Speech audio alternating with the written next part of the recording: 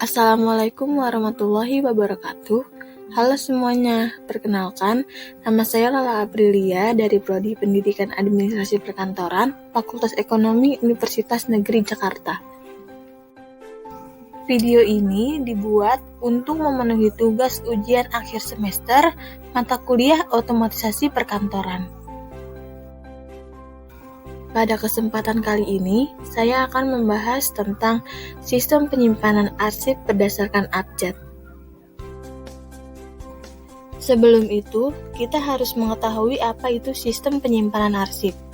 Menurut Amsyah, sistem penyimpanan arsip adalah sistem yang dipergunakan pada penyimpanan warkat agar kemudahan kerja penyimpanan dapat diciptakan dan penemuan warkat yang sudah disimpan dapat dilakukan dengan cepat bila mana warkat tersebut sewaktu-waktu diperlukan. Atau dengan sederhana, sistem penyimpanan arsip atau warkat adalah suatu proses kegiatan atau proses pengaturan mulai dari penerimaan, pencatatan, penyimpanan dengan menggunakan suatu sistem tertentu. Sistem abjad adalah suatu sistem penyimpanan dan penemuan kembali surat-surat berdasarkan abjad. Sistem abjad adalah sistem penyimpanan yang sederhana dan mudah dalam menemukan dokumen. Umumnya, sistem abjad dipakai untuk arsip yang dasar penyusunannya dilakukan terhadap nama orang, nama perusahaan atau organisasi, nama tempat, nama benda, dan subjek atau masalah. Dalam mencari dokumen, petugas dapat langsung ke file atau tempat penyimpanan dan melihat huruf abjad dari nama yang dicari.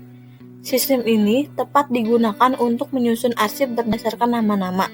Mengabjad nama-nama berarti menyusun nama-nama itu ke dalam urutan abjad dari A sampai dengan Z.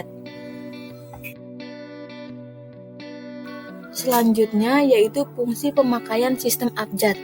Yang pertama, agar mudah menemukan berkas atau arsip yang dengan cepat sesuai dengan urutan nama orang, perusahaan, organisasi, maupun instansi pemerintah.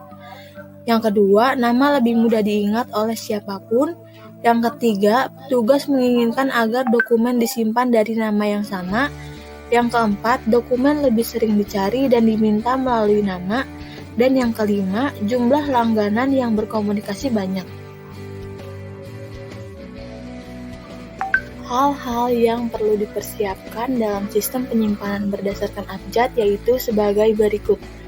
Yang pertama, memahami peraturan mengindeks. Yang kedua, memberi kode. Yang ketiga, menetapkan kartu indeks. Yang keempat, menyiapkan lembar tunjuk silang bila perlu. Dan yang kelima, menyiapkan peralatan arsip. Selanjutnya, kita akan membahas tentang prosedur penyimpanan sistem abjad. Yang pertama yaitu memeriksa. Memeriksa surat atau dokumen yang akan disimpan, apakah arsip itu akan disimpan atau masih dipergunakan dalam kegiatan sehari-hari. Dokumen harus diperhatikan terlebih dahulu apakah sudah siap disimpan atau harus ditindaklanjuti, lalu disetujui dan ditandatangani terlebih dahulu oleh pihak yang berwenang.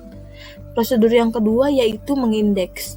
Mengindeks dalam sistem abjad adalah memilih nama yang akan dipakai sebagai identitas penyimpanan, dan kemudian menguraikannya menjadi unit-unit untuk keperluan mengabjad. Mengindeks dilakukan dengan cara memilih serta membuat klasifikasi yang tepat untuk dokumen, seperti nama subjek atau wilayah. Selain itu, juga mencatatnya secara digital atau manual di agenda.